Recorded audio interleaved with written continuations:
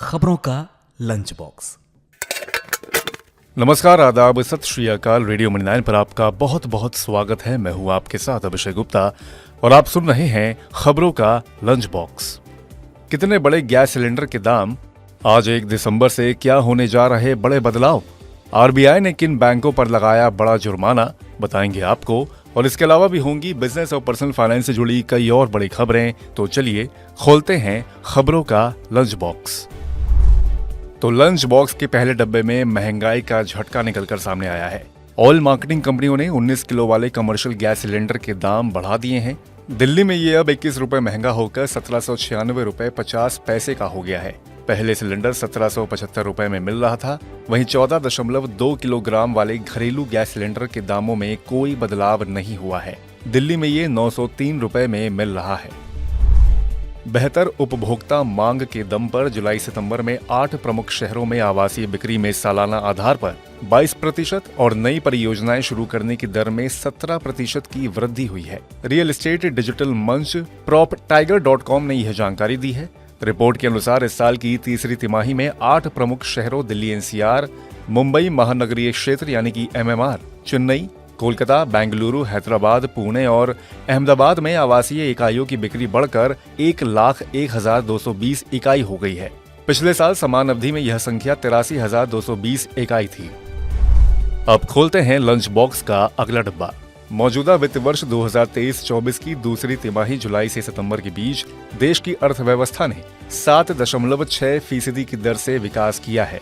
इसी वित्त वर्ष की पहली तिमाही अप्रैल से जून के दौरान जीडीपी 7.8% रही थी, जबकि बीते वित्त वर्ष 2022-23 की दूसरी तिमाही में जीडीपी 6.2% रही थी। आरबीआई ने दूसरी तिमाही में 6.5% जीडीपी रहने का अनुमान जताया था। यानी दूसरी तिमाही में आरबीआई के अनुमान से तेज गति से देश की अर्थव्यवस्था ने विकास किया है। मलेशिया घूमने का अगर प्लान बना रहे हैं तो ये खबर आपके लिए है। 1 दिसंबर यानी कि आज से भारत और चीन के नागरिकों को वीजा फ्री एंट्री मिलेगी। चीनी और भारतीय नागरिक 30 दिनों तक मलेशिया में वीजा फ्री रह सकते हैं। अगर आप भारत से कुआलालंपुर जाते हैं तो चेन्नई, कोलकाता जैसे शहरों से फ्लाइट से जाने आने का खर्च करीब 12,000 रुपए आएगा। इससे पहले श्रीलंका, थाईलैंड भी वीजा फ्री एंट्री का ऐलान कर चुके हैं। इसके अलावा भी आज 1 दिसंबर से कई और बदलाव होने जा रहे हैं, तो चलिए जानते हैं उनके बारे में।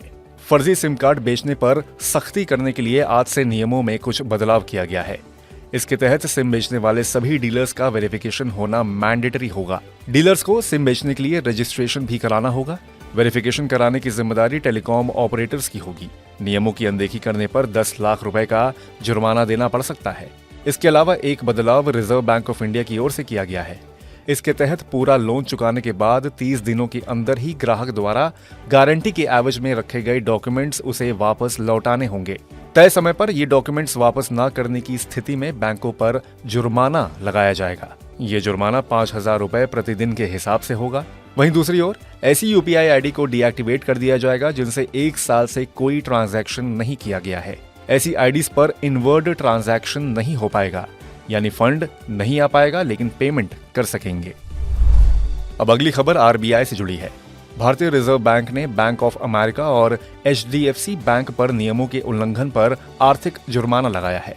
इन दोनों बैंकों पर एनआरआई से जमा स्वीकार करने से जुड़े नियमों के उल्लंघन को लेकर जुर्माना लगाया गया है। जुर्माने की राशि 10,000 रुपए है। इसके अलावा आरबीआई ने एक अलग मामले में देश के 3 कोऑपरेटिव बैंकों यानी कि Dhangdhra people's cooperative bank, Pataliputra केंद्रीय सहकारी बैंक और मंडल नागरिक सहकारी बैंक शामिल हैं। आरबीआई ने इससे पहले भी हाल में कई कोऑपरेटिव बैंकों पर जुर्माने लगाए हैं। इसी के साथ हम लोग आ गए हैं खबरों के लंच बॉक्स के आखिरी डब्बे में। एनपीएस निवेशक अब अलग अलग एसेट क्लास के लिए अधिकतम 3 पेंशन फंड मैनेजर का चुनाव कर सकेंगे। पीएफआरडीए ने एक सर्कुलर जारी कर ये कहा है कि नेशनल पेंशन सिस्टम के सदस्य अलग अलग एसेट क्लास के लिए अलग अलग पेंशन फंड मैनेजर का चुनाव कर सकते हैं। नए सर्कुलर के मुताबिक एनपीएस सब्सक्राइबर्स अलग अलग एसेट क्लास के लिए अधिकतम 3 पेंशन फंड मैनेजर सिलेक्ट कर सकते हैं। एनपीएस में व्यक्ति को इक्विटी, सरकारी बॉन्ड, कोऑपरेटिव बॉन्ड और ऑल्टरनेट एसेट क्लास में निवेश करने की अनुमति होती है। पहले निवेशक एक फंड मैनेजर ही चुन सकता था, लेकिन अब उसे अधिकतम 3 फंड मैनेजर चुनने की आजादी होगी। तो इसी के साथ बंद करते हैं खबरों के लंच बॉक्स को। उम्मीद है कि इसमें पेश की गई खबरें आपको पसंद आई होंगी। अगर ऐसा है तो हमें कमेंट करके जरूर बताएं। बाकी बिजनेस, पर्सनल फाइनेंस और कॉर्पोरेट जगत से जुड़ी और खबरों के लिए सुनते रहिए रेडियो मनी 9 और डाउनलोड कर लीजिए हमारे मनी 9 ऐप को। हमेशा की तरह मैं हूं आपके साथ अभिषेक गुप्ता। अभी लेता हूं विदा। धन्यवाद। खबरों का लंच बॉक्स।